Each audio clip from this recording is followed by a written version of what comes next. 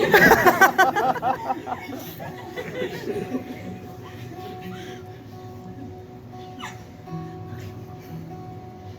don't actually know what to say. Practice it like 20 times. A couple years ago, I was reading Revelation 3:19. It says, "The one whom I love, I rebuke and discipline." And I was so like, "Would you discipline me in some way tonight?" And he said, "Your desire and pursuit of a wife is way stronger than your desire for me." And so I got a notebook. And I basically wrote like, to the girl that I'm gonna marry, and I started it with "Dear Blank" at the beginning, and I said, "You'll always be second," and I said, "I'm sorry, but you'll always be second." And every time I thought of the girl I would marry, I just wrote out a prayer, and I just surrendered it and let it go.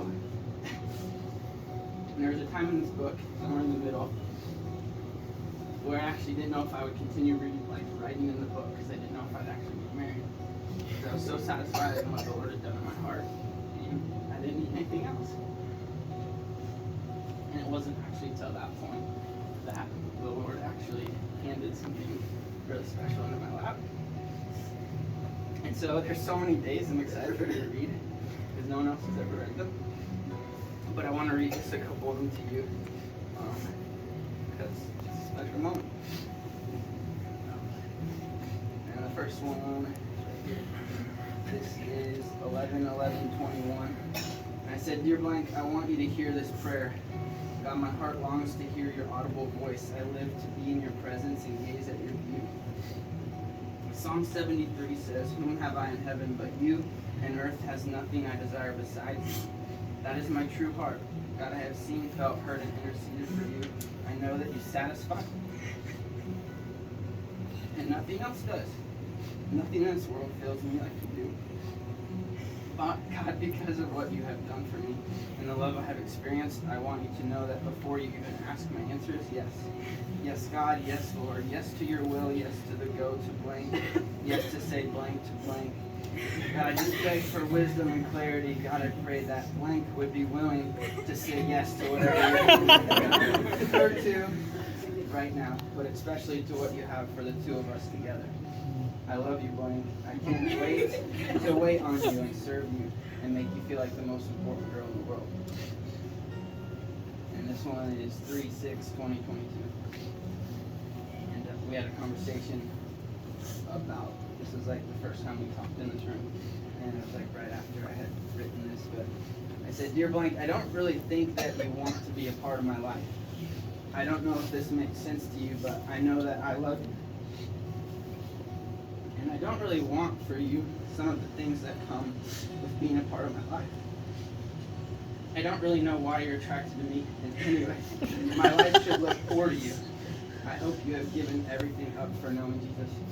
My health, happiness, friends, pride, expectations, leadership, abilities, looks, and reputation are all in God's hands. And no matter what happens to these things, I will still lift my hands and look foolish, worshiping the God who loved me first. Everything I have is the Lord's. Blank, I want you to live a godly life more than sex, fame, money, all of it.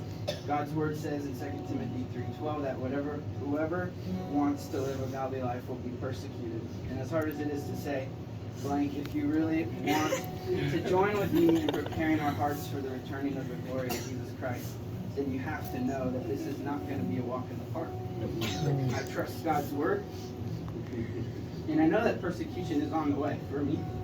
And if you choose, then you also. I love you, but I hope you make a careful decision and really think about what you're saying yes to. And this one was last night. And I said, it was 11/26/22, and I said, "Dear Blank, well, you know what? I've been writing Dear Blank through this whole book, and now I don't have to, because I know who I've been praying for since I was a little kid. I've almost always thought I would get married, but it wasn't until I realized what the deepest longing of my heart is, that someone who will always come second was handed into my lap. The deepest desire of my heart is to stand in the presence of the Lord.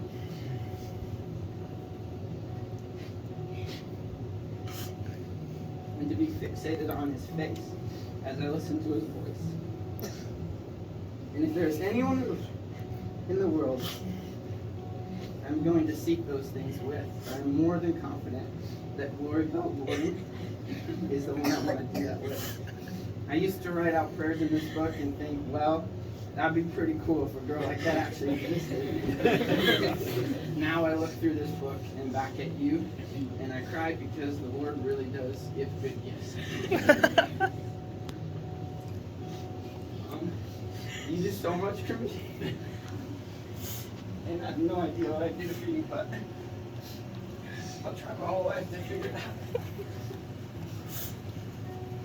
There's a lot of ducks in the row, but it's only one good.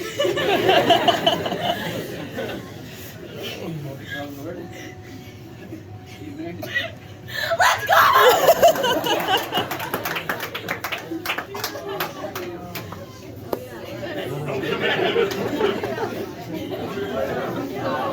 go!